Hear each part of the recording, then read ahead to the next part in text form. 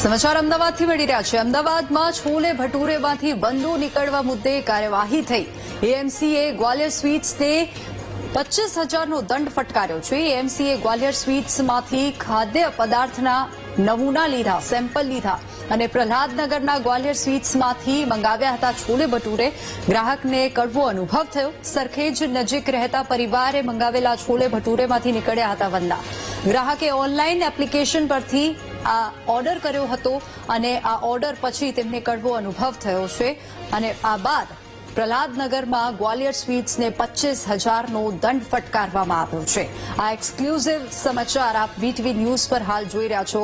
અમદાવાદમાં છોલે ભટુરેમાંથી બંદો નીકળ્યો છે અને નામચીન ગ્વાલિયર સ્વીટ્સ પરથી ગ્રાહકે ઓર્ડર કર્યો હતો અને ઓર્ડર પર મંગાવેલા છોલે ભટુરેમાંથી બંદો નીકળ્યો છે અને આ તમામ વિગતો પછી ગ્રાહકે ઓનલાઈન જે છે ફરિયાદ નોંધાવી અને ત્યારબાદ 25,000નો દંડ ફટકારવામાં આવ્યો છે। સરખેજ નજીક રહેતા પરિવારે ઓર્ડર મંગાવ્યો હતો પ્રહલાદનગરમાં ગ્વાલિયર સ્વીટ્સમાંથી। અમદાવાદની આ ઘટના જ્યાં ગ્વાલિયર સ્વીટ્સમાંથી બંદો નીકળ્યો છે।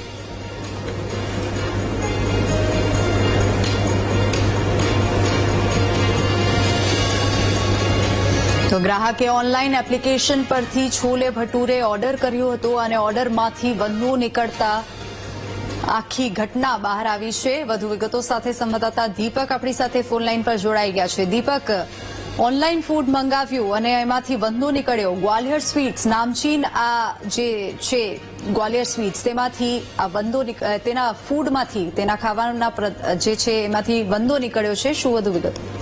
જોઈને મંગાવતા હોય છે પરંતુ હવે ત્યાં બ્રાન્ડ જે નામ હોય છે તેમાં પણ ક્યાંક હવે જીવાતો નીકળી રહી છે અને તેનું ખાદ્ય પદાર્થ જે છે તે પણ સેફ નથી।